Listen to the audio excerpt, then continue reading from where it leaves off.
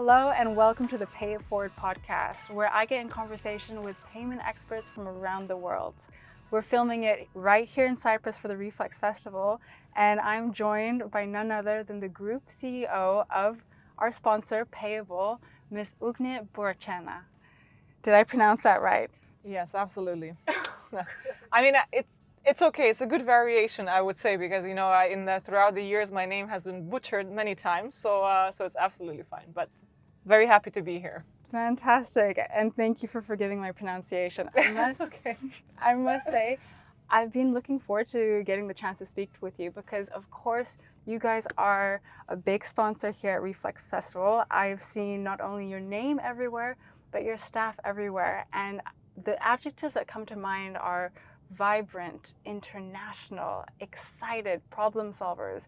So after really being intrigued and wondering what is payabl, what is it about, and who is at the head of the firm, it's just doubly exciting to be able to speak with you. Thank you.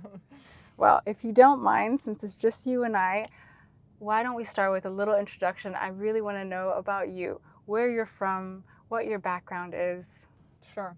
So I'm actually originally Lithuanian, and I always say that I sort of walked into payments. I never really knew exactly what I wanted to do or what I wanted to become, but I think I was lucky enough that my work experience started when it started, and the first real significant job of mine was actually working for an IT company, which was building software for banks and financial institutions. And that was 16 years ago. And I have to say that there wasn't really a concept of fintech at that time. So we were selling into large financial institutions, other large acquirers, which are not companies like ourselves at the moment. So my journey started from there, and kind of just understanding all of the parties involved in what it takes, for process transactions, how banking works, how many pieces there are really running in the infrastructure to make things happen, to route transactions, to have all of that infrastructure. At that time, I didn't really understand the significance of it, and I think some of the things I didn't really take into to complete, account, because Like what? I was young, so a lot of things I think were just even too complex at the time, to put. It's kind of like about missing pieces, right? At some point, I think I didn't really have that time. I didn't have all of the missing pieces. I think my missing pieces for the industry kind of came quite later, and also because I went from the tech side more to the payment side, right? Because you have banking, you have payments, and then sort of the evolvement of the actual fintech and the companies that we are now. So after that, I moved into more specific role, which is basically with payments, and then I really understood sort of the other parts of the ecosystem and where the sort of the industry was going. And this is how I ended up doing the job that I do now. I still cannot say that I know all of the things about payments and all of the things that happen, but I think it's getting to the point where I'm getting more and more comfortable that we did become experts, and I became an expert in certain areas, but I'm still happy to learn. And as payabl also ventures into a different size of the business, and it's it's just evolving kind of industry. You just constantly learn, and for the last 10 years I've been living in Cyprus.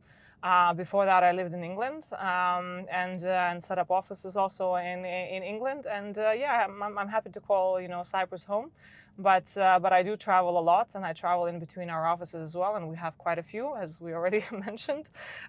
So 50% of my time I'm sort of in between, and we do a lot of fantastic shows as well, like Reflect, all around. But of course, in Cyprus, I think our presence is really felt because we are the second largest fintech company here.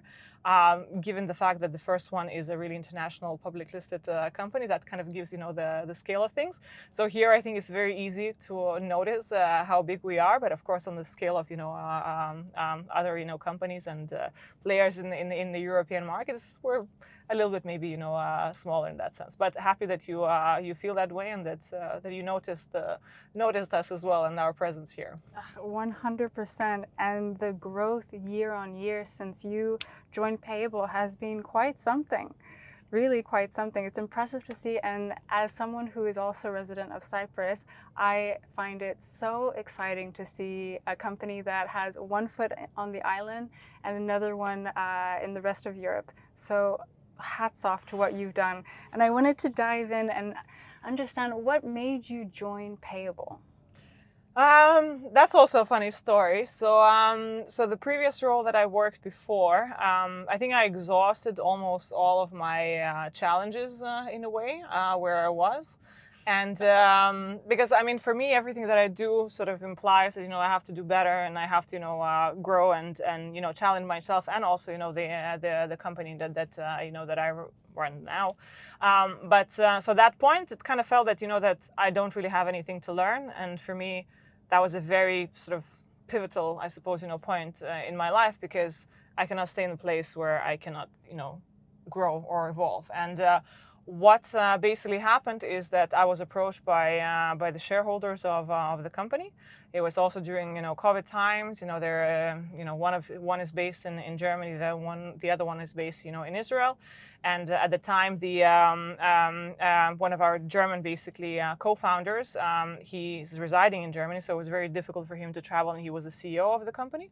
So they were looking for someone to replace him, actually. And yeah, and we had the conversation, and I just kind of, the way that I looked at it is that I had a clean slate. Clean maybe is not, you know, the most appropriate thing, but, you know, because, you know, every company comes with its own, you know, history and challenges. But let's say clean in a way that that I could take something and build it the way that I see fit and the way that I want. And I'm very appreciative of the fact that there was so much trust from the owners of the company for me to do so.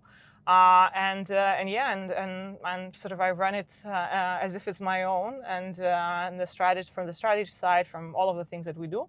So I was really lucky that that opportunity came along, and that the guys saw that I was fit to do the job of running, you know, the company. Just the only thing is that the company, as it was now, as it was then, does not exist anymore. So we are much bigger, we're much larger, we have a way more significant, you know, presence, and I'm happy to say that, you know, I contributed with my team for that. I believe it. Tell me, when you started, did you have any idea of where you would take Payable to? Yes, of course. I always know all of the things that, you know, that I'm aiming for and where I'm going. Of course, when you aim and when you aspire and you challenge yourself, you just never know whether you're going to do it, you know, 100%, or you're going to do it, you know, under, or you're going to do it over. So I think we did pretty fairly well. On schedule? On schedule, almost. But we still have a long way to go and a lot of things, you know, to achieve and develop and work on. So, you know, my job certainly is not done yet, and the company has also not yet shown all of its true potential. So let's say that we're just touching the tip of the iceberg at the moment. It's very exciting to hear. Do you mind if I dig in a little and ask you, what are some of the lessons you learned along the way? Lessons. There's many lessons. I think biggest lessons came as I had to lead, and I've led different kind of teams, but I think leading a company and leading many different teams in general under one roof, I think that's quite a challenge. From the business sense, I suppose all of the things comes as natural challenges, because, you know, as you grow the business, you kind of, you know, navigate that. But I think leadership was the most challenging for me, because I think people is, first of all, is the most important asset of the company, and it's also the most hard to manage, in my view. To have successful teams, to have teams that perform, to have people that, you know, that are content in the job, you know, that they do. It's a very hard task, and I think we're still learning how to do that. And I always strive to be, you know, a better leader, to mentor, you know, my teams, and I really have a lot of focus on that. And I hope that throughout the time I will also improve and get better at it as well. Fantastic. I must say, what are some of the tips and tricks that you use to keep such an international operation still feeling like a family, one company? That's an interesting, and I will kind of challenge it a little bit. I never call it a family because a family is a different kind of unit that is run completely differently. A company is a company with its own goals and its own objectives and things that that you have to achieve. I think what is important is to keep a healthy environment. I think it's important to keep an environment where people are motivated, appreciated, where they have a place to growth. But payabl is definitely not run as a family business. It's run as an agile, modern fintech company. We have a lot of things to do, and there is no time for family relationships. So tell me, what does the road look like ahead? What are your plans for payabl's future? I think the first sort of imminent one, which I'm now thinking through the questions I know that we're going to be talking a little bit about, is our UK office.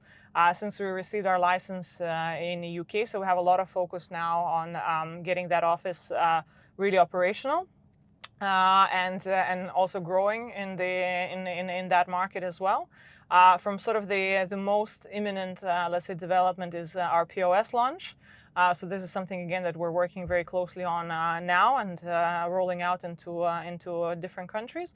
And sort of from I would say from three to 4 years ahead, we're also looking into outside of Europe and outside of UK as well as jurisdictions for us, to operate. But the road and let's say that the direction doesn't really change. We are here to provide complex, payment solutions to our merchants and clients with all of the financial infrastructure that a company can provide, like ours. So that's kind of the direction, and this is where we're sort of slowly heading. One thing that I've noticed about who you are and how you operate is that you really, when you support something, you go all in. And I also see it with your support with European women in payments. I believe you're the ambassador? Yes, correct. I'm the country ambassador in Cyprus, and I joined the organization, I'm thinking now, I think 4 or almost 5 years ago. I'm a true believer that that women should support each other, and payments is a very specific and kind of niche environment in a way. And my sort of part in support now is that we as payabl also support the organization, and we have the next event in Vienna, which is the annual gathering for European Women Payment Network. We're proud sponsors there, and if anyone wants to see me, they will be able to see me there as well with my team. Fantastic. Well, Ugne, it's been a real pleasure, and thank you for joining the podcast. Thank you so much. Thank you for having me, and I hope they will turn out well.